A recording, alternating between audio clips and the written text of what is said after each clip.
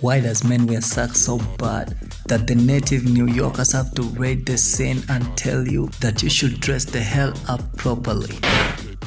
ASAP's look keeps degrading the more you look downward, just like a mullet. His record One Train didn't break him as much as this, and One Train is trying to break him. This must be the shittiest look ever at the Met. What makes it so wrong is adding the flair of the informal to the formal. Radio patterns just don't go well with angular planes, not cohesive at all. Nobody sits down in a trench coat.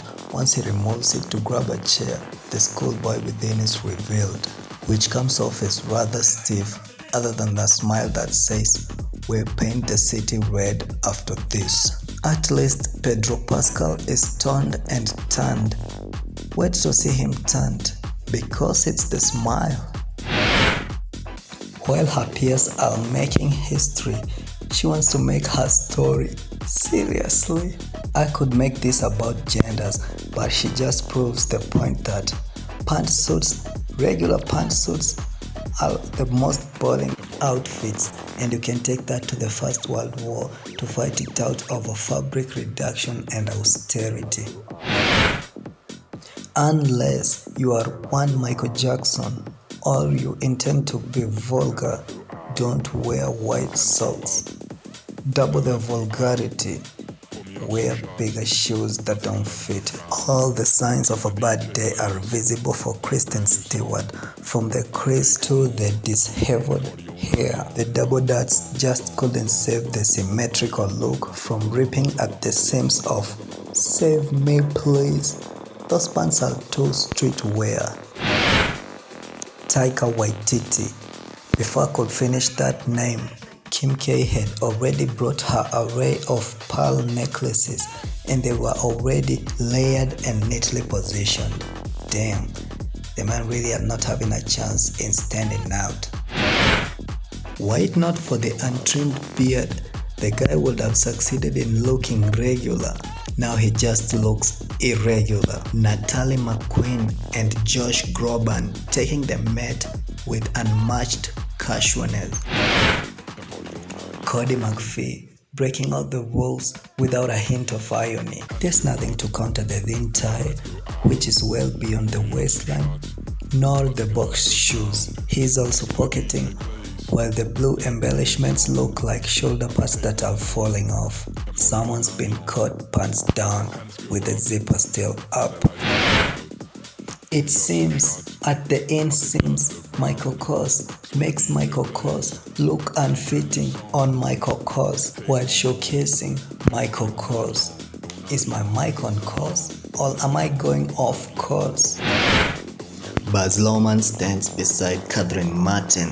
What really stands out is how he's been avant-garded by Janelle Monáe. If you thought the Kanye mascot period had no air, well, Jared Leto pumped his to the last hair. Yet, every time men get attractive by gaining attraction, there's always a lady to one-up them. Look at this cape by Sora Joy. Even Jeremy Pope has to contend with fencing everyone off his radius so that he can get to remove his cape and look like a regular suitor. Sweeter. Now that's the marriage between male fashion and ladicalization. And I am allowed to say that because for the men who are not gender fluid, they are still getting absorbed to the trappings of ladywear. Who thought a wrestler like Rey Mysterio, all masked up and just donning underwear, could look glammed up if whatever came out of the stage instead of fog was glitter and silver paint? Keeping everything brief, of the two underdressers between Lil Nas X and Elton Mason, I go with the former. And that's just because Erykah Badu takes out the latter with one swoop, including Jared Leto, because Mason should borrow a feather from her on which type of crown to wear to finish off his look. Jared, on the other hand, his texture is no match. It looks too monotonous. Feather over fur any day. Yet another man who has lost his attraction to the strong attraction of ladies. Due to the seeming weight of his cape, it is prone to falling off on impromptu. Nevertheless, the ladies seem to get the adornments that define the laws of gravity, more stand up than the ovations of a fast rising comedian.